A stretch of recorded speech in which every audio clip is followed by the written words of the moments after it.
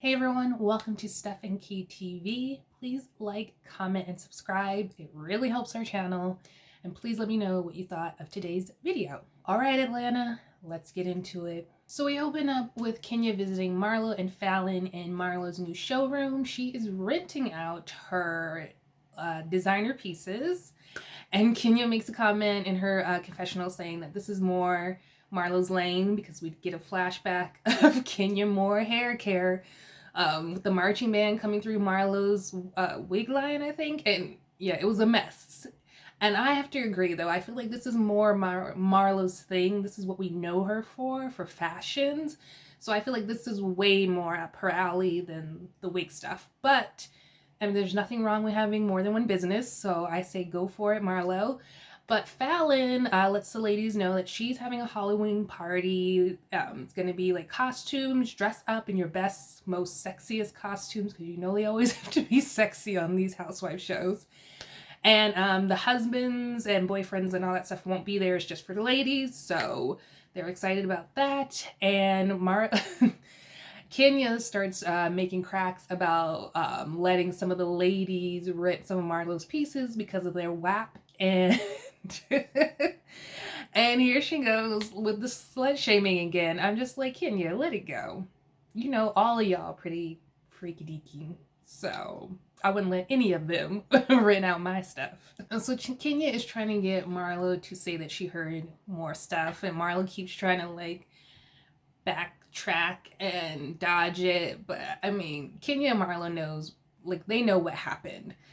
But anyway, Marlo starts talking about the night at Shamia's house, and she brings up LaToya spilling all of Kenya's business, and she tells her, you know, I didn't like that. Made me look at LaToya sideways, and Kenya's like, I can't believe she's like telling these girls, the people, especially the ones that don't like me, my business, when she knows what I've been going through. And it's just like these women, like they all want loyalty, but none of them are loyal to each other.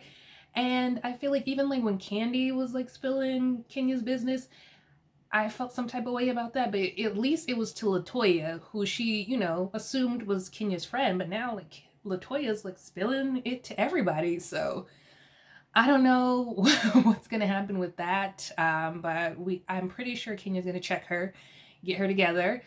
But it's also nice to see Kenya supporting Marlo because like just last season it was like no support. Just I mean the marching band, a mess. It was like complete mess, and now it's like complete night and day because she's supporting her. She's like purchasing from her new business, taking photo shoots to post on Instagram. It's just great to see these ladies getting along. I hope it lasts, but we know the Real Housewives. So Drew is with her mom, and she tells her that she has a work event in New Orleans, so she wants to invite the ladies to make it like a work event and a girls trip, which I love when they do this because they just have like a great time, and we need more girls trips, especially since that South Carolina one took a while to like heat up. She also tells her mom that she wants to learn more about like her mom's side of the family because they're from New Orleans, and just do like a little background digging. And it's interesting because her mom starts talking about her experience growing up when they were coming from Chicago to New Orleans. They couldn't stay at certain hotels because they were Black. When they went to gas stations to use the bathroom, they had to find colored gas stations. And I think it's so important to tell these stories because we, Black people, we're still facing like racism till this day.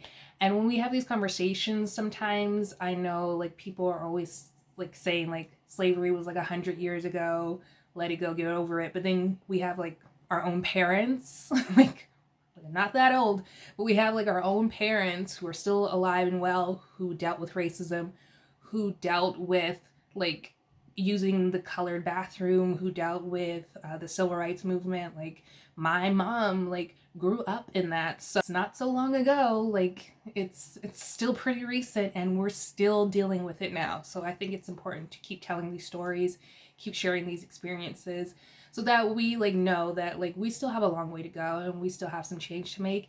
And we don't have to just get over it. We also find out that Drew's mother was adopted. So she, like, her adopted parents are her parents, and she never had contact with her biological father, and she doesn't want to have anything to do with it. Like, it's like who her parents are and have been, that's who her parents are, and that's her family.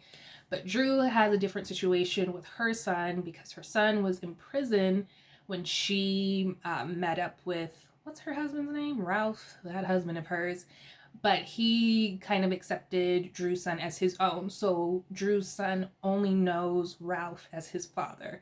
But now that Drew's son's father is out of prison, what's the son's name? Josiah.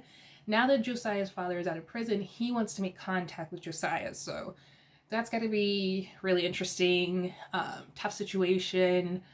I have family and I have friends that are adopted and have that experience of connecting with their biological parents. So it's very interesting because you just never know which way it's going to go. And I hope in her case that it goes well, because kids are just, they're just so absorbent and like they take it all in and it affects them for the rest of their lives. So I just hope that it goes well. So we catch up with Portia. She's feeding baby PJ, and then we move over to Kenya. She's with her cousin. Her cousin's like, what are you gonna do about Toya? And she's like, I don't know.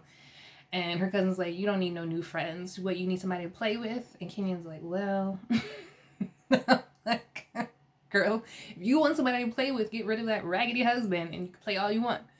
Then we move over to the newlyweds, Cynthia and Mike, and they're just talking about like how different they look. They got like a married glow. Mike is cracking jokes about Cynthia's vows. Apparently they were like long as hell. I'm glad we got the shortened version in the last episode because we don't need to see those long vows. But they give us a flashback of her long ass vows, and it was funny. I guess it was like almost 10 minutes. Girl, he said, I was expecting the Oscar music to come on, like, wrap it up, get it together. But apparently Mike wants to buy a house in Atlanta so they can have a house together in Atlanta and then one in LA. So, I mean, that gets me thinking, like, I don't know how long Cynthia's going to still be on the show, because we kept thinking that she was going to have to move to LA because that's where Mike is and that's where his work is, but we'll see. So Drew and that husband of hers, they're talking about like Josiah and the potential meeting with his father. I actually agree with Ralph when he says, like, I just don't want him to grow up like thinking that you kept him from his father.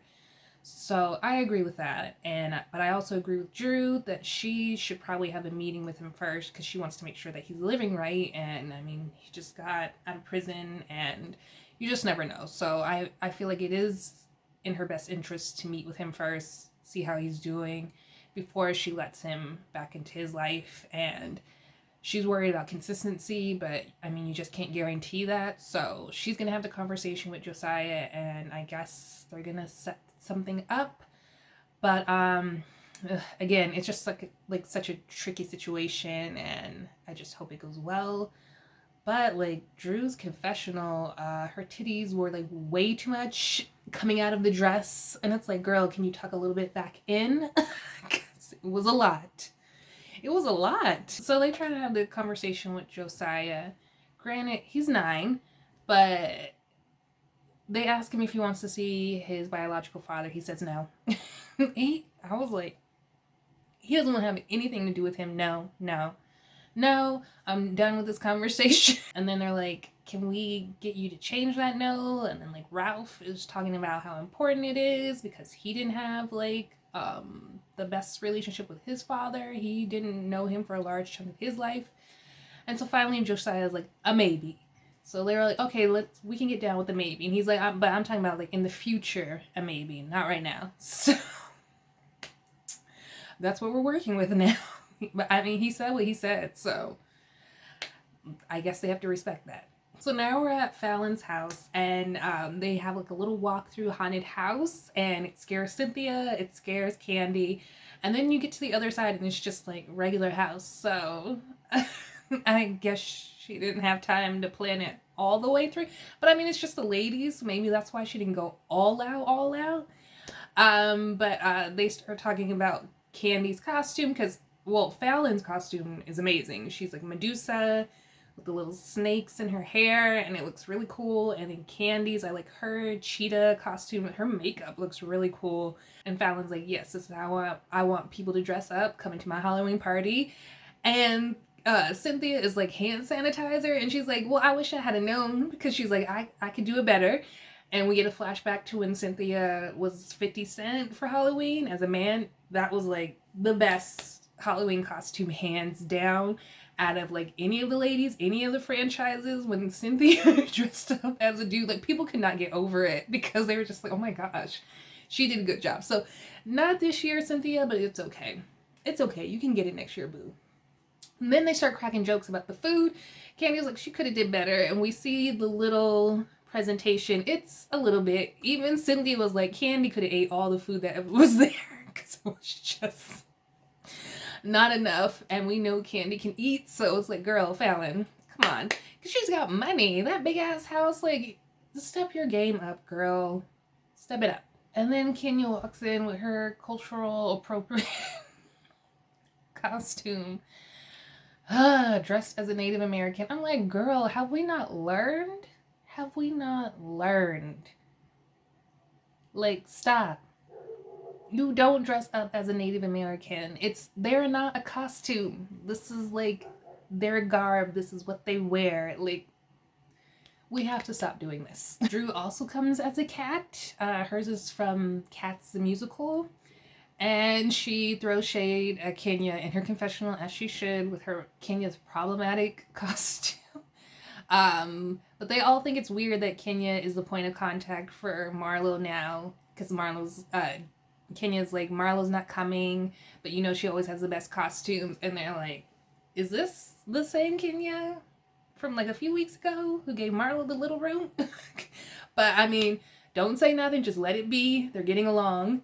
Let it be. So then Toya walks in as a dead mermaid. I mean, we got some creativity going on. I like Fallon's Medusa. I like Candy's. And I kind of like Fallon's. Toya. I like the creativity. Okay, so that went left real quick. Toya came in, said hi to everybody, sat down, and then was like throwing shade at Fallon. Like, oh, so this is what marrying a 65-year-old gets you. This is a real nice house. Put me on. And everybody was like, oh my gosh, why are you coming in so hot?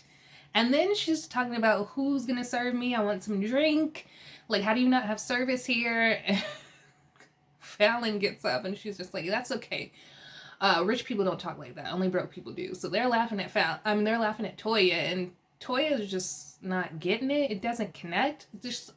She doesn't have good people skills. I think that's what it is. So we calm that down, and then finally, like, Toya's like, Drew and I have a love-hate relationship.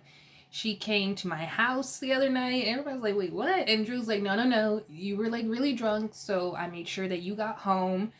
And Toya was like, well, you were tipsy too. So it was like, okay, so apparently after the niece's dinner, Toya was like really drunk, and so Drew had a driver, and she made sure that Toya got home, and I guess that's all that was. So then they get up to like toast, and they're toasting to like a good night, and then Toya's like talking to Kenya, and she's like, you haven't texted me, you haven't called me, and then she's telling the other girls Kenya's avoiding my calls, and she's like, if I've been replaced, just let me know, and I'll move on to the next lady. And Kenya's like, well, you already replaced yourself in South Carolina. And Toya's like, that was just a kiss. And meaning like her kiss with Portia.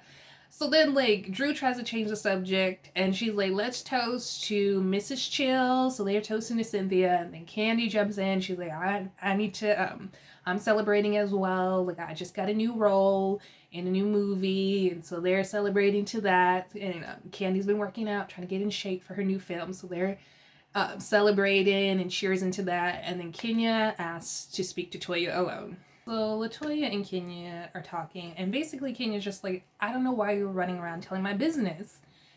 Toya comes up with 5 million different excuses. First she's like, I was defending you to them. I felt like I had to back you up. And then she throws Candy under the bus. She's like, well, Candy mentioned it to me, so I felt like it was out in the open. And I'm just like, girl, no, Candy shouldn't have mentioned it. She should not have. But you know what Candy didn't do? She didn't go run to Kenya's enemies and tell them Kenya's business. She went to you, who she thought was Kenya's friend. So they're like, Kenya's very serious and very heated. Toya is like, she's like a cuckoo girl because she's like very serious, and then she's laughing and like dancing and trying to get Kenya to loosen up, and then she's back to being serious, and then she's like laughing, she's like, I can't take you seriously in your costume. So Kenya's just like, I'm done, and she gets up and walks away. Meanwhile, Portia comes in her little Party City outfit. I'm glad she admitted to it, because I'm like, girl, like, I felt like she got it from like the dollar store. Her cheap cat outfit. But she said, like, this was not the party I was expecting, so I'm glad I got my costume from Party City. And I guess I can't fault her for that, because it really is just them.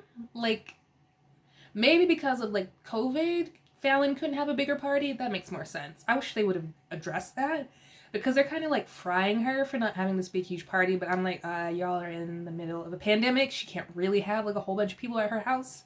So I don't know why they're like pretending like that's not a real thing for them right now. But whatever.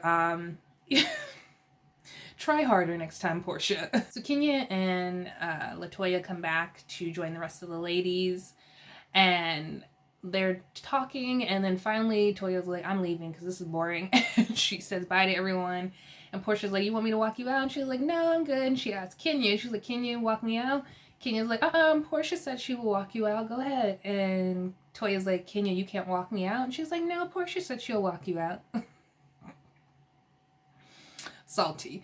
So then Toya asks Portia to walk her out, and so she walks her out, and she's like, Portia's like, what's going on? And Toya's like, Kenya's mad at me because I told her business. And Portia's like, well, you knew she would be. And she's like, and Toya's just like, I don't know what is going on between you two. I don't know what is the cause of you two not having a relationship. So Portia is going to sit her down and lay it all down, I guess. So I had us thinking that Portia was going to go through like the whole history of her and Kenya. But she's really just like, the minute you sat down and told us all her business, like, it had nothing to do with me. And Toya's like, well, I feel like it's because you and I kissed. And Portia's like, I feel like you're making it a way bigger thing than it is. And they're still talking on the stoop when Toya should have been gone. So now Kenya wants to leave, and she asks Fallon to walk her out. And so Fallon and Kenya and Cynthia are walking out, and then they catch Portia and Toya still there. And so, like, they're asking the ladies, like, I thought you were leaving. And Fallon's like, well, why are you leaving? And Toya's like, I felt like the energy is off. So Fallon's like, well, the energy was off because you came into my home talking mess about my husband. Portia's in the middle of them, so she gets up and walks back into the house. Toya was like, no, that's it, I'm leaving. And she is talking trash all the way to her car. Talking trash, opening the door outside of the car. And Fallon's like talking trash back. Fallon is a little more hood than I was expecting. She's like, nah, we about to fight. So they're like going back and forth. The rest of the ladies in their house are like, what's going on? And all of a sudden we see Fallon come running in the house, and she's like, no, where is that bitch? And she comes running in the house, running past Portia. I was like, what is this, Monique from Potomac? If I can't get her through this way, I'm going to go around and find another way. And Portia was like, she ran so fast, I didn't even know. The only way I knew it was hers because one of her snakes was on the ground from her head.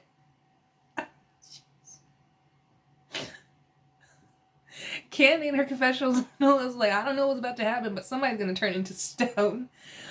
A mess. Like, what is going on? Fallon's like, I'm about to fight her, and I'm about to fight her now. Lord, security's involved. Fallon's husband's involved. She had, well, where'd she get the golf club from?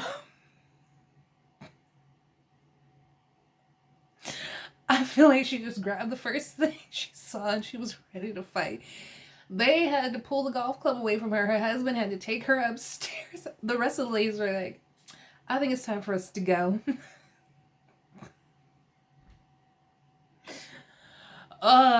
Drew was like, well, she did this in South Carolina, and like they're like exiting. Candy's like, get out of my way. I gotta go home. Just like, I can't take y'all nowhere. I can't be out with y'all fools. She's like, I'm going home to my kids. And that's it. That's the end of this episode. I'm sorry I'm laughing, but that was a mess. Let me know what you thought of this episode in the comments below. Please give this video a like if you enjoyed it, and hit that notification bell so you're in the know when I release a new video.